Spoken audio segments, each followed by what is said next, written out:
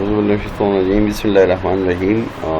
Start with the name of Allah, the most gracious, the most merciful. Dear students, so welcome to my new lecture about COPD, chronic obstructive pulmonary disease. So let's talk about COPD. As we know that COPD is chronic obstructive pulmonary disease, or COPD is a chronic irreversible obstruction of airflow. Smoking is the greatest risk factor for COPD and is directly linked to the progressive decline of lung function. Smoking cessations or continued avoidance is recommended regardless of stage, severity of COPD and age of the patient. Drug used in the treatment of COPD. As we know that there are certain drugs which are used in the treatment of respiratory disorders. So that is inhaled bronchodilators.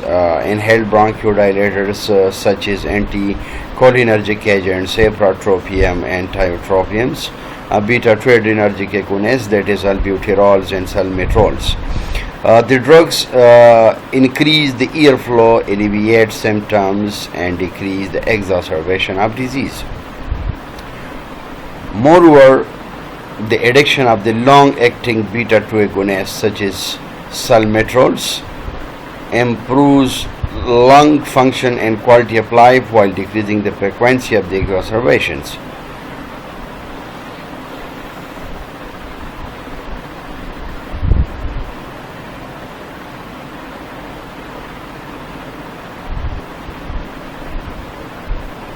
Inhaled corticosteroids should be restricted to the patient with fluid expiratory volume and 1 second of less than 5% of predicted.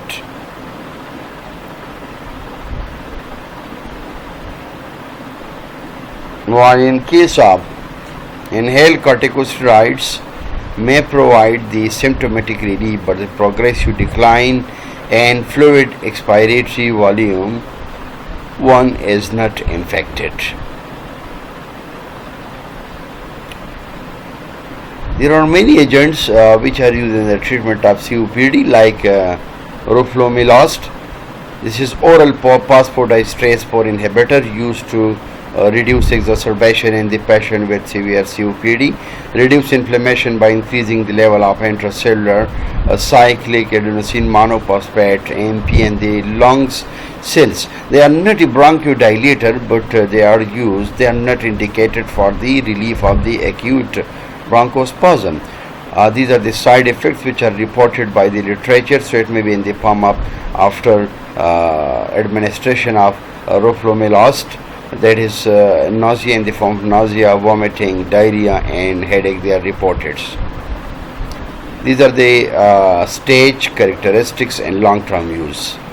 Now let's suppose in case of mild COPD, mild chronic obstructive pulmonary disease, the fluid expiratory volume that is greater than 80% predicted, and long-term use it can add short-acting bronchodilator when needed. While in moderate case of chronic obstructive pulmonary disorder, the fluid respiratory volume 1 is 50% to 80% predicted.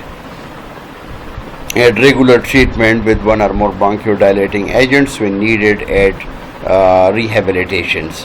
While in case of severe chronic obstructive pulmonary disease, the fluid expiratory volume is 30%, 50% predicted.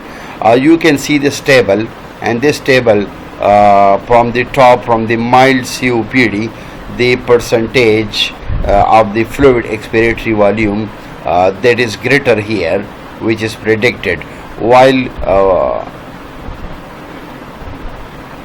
in case of moderate COPD, now look at here, the percentage is become 50 to 80%, so means this is the expected percentage. While in severe cases, look at here, the value is going to decrease, that is 30 to 50% reduction.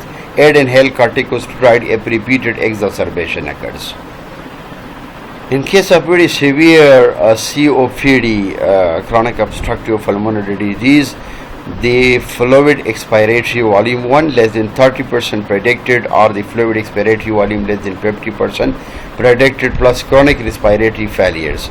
At long-term oxygen therapy, if chronic respiratory failures occur, so consider the surgical treatment. Now let's see here. In this case, in this table, it is shown that these are the group of patient. In this group A, B, C, and D, and these are the recommended first choice, and these are the alternative choice. And first group, low risk and less symptoms of the chronic obstructive disorders, especially the patients have low risk and less symptoms. So they recommended the first choice, which is recommended, that is short-acting anticholinergic when necessary, or short-acting beta-2 agonist when necessary. So then it should be used. The alternative choice are long-acting anticholinergic or long-acting beta-2 agonist, or short-acting beta-2 agonist and short-acting anticholinergic. While in second group B, in patient group B, there is chance of low risk and more symptom. Whenever there is low risk and more symptom, they are reported of chronic obstructive pulmonary disorder. So then we can recommend that the first choice is long-acting anticholinergic or long-acting beta-2 agonist, while the alternative choice is long-acting anticholinergic and long-acting beta-2 agonist. While in third case, and patient group number C, whenever there is high risk and less symptoms which are reported by COPD, chronic obstructive pulmonary disease, then inhale corticosteroids in a combination with long-acting beta-2 agonist, or use long-acting anticholinergics. While the alternative choice is long-acting anticholinergic and long-acting beta-2 agonist, or long-acting anticholinergic and PDE4 phosphodiesterase inhibitor, FOS inhibitors, and long-acting beta-2 agonist and PGD phosphodiesterase 4 inhibitor, they are used. In this case, whenever a patient who is reported in a high risk and more symptom of COPD, then inhaled corticosteroids, they can be used in a combination with long-acting beta-2 agonist and long-acting anticholinergics.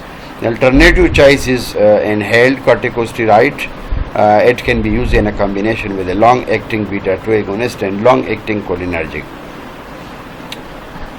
or inhaled corticosteroids used in a combination with long-acting beta-2 agonist and PDE4 inhibitors, they are used. So many and more agents, so they are used here, while in this case the long-acting cholinergic and long-acting beta-2 agonist are used, or long-acting anticholinergic and phosphodiesterase 4 inhibitor are used.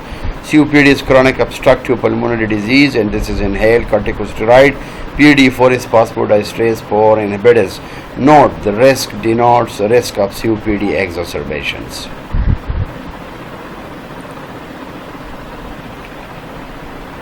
Another condition that is called allergic rhinitis. So allergic rhinitis is the inflammation of the mucous membrane of the nose, characterizations by sneezing, itchy nose, eyes watery, rhinorrhea, and nasal congestions. An attack may be precipitated by inhalation of allergens like foreign glands, dust, and these foreign material directly interact with the muscles coated with Ig antibody generated in response to previous allergen exposures.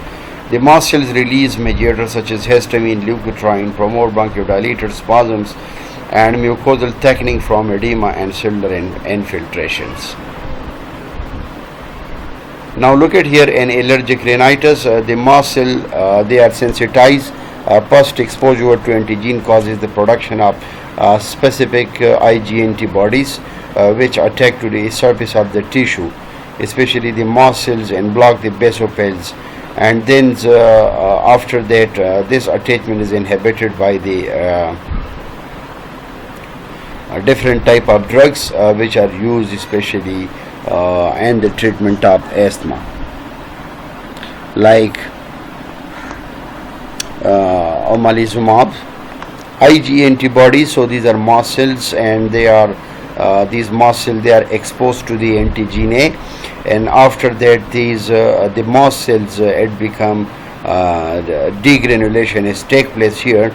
So the allergic response, look at here, the mast cell degranulation is occur, and subsequent exposure to antigen result in binding to surface IgE molecules. The sensitized mast cells are stimulated to release the granule containing histamine, leukotriene, prostaglandin, and other potent chemical mediators. Drug used especially in the treatment of allergic rhinitis. So combination of oral antihistamine with decongestants are the first line therapies for allergic rhinitis. Systemic effect is associated with oral preparation like sedation, insomnia, loss of sleep, and really cardiac arrhythmias make topical intranasal delivery of drugs are more favorable. Now look at here, these are the drugs which are used to treat allergic rhinitis. The first one is antihistamine H1 receptor blockers, and then alpha-adrenergic agonists, corticosteroids, cromolyn, and leukotriene antagonists, they are used.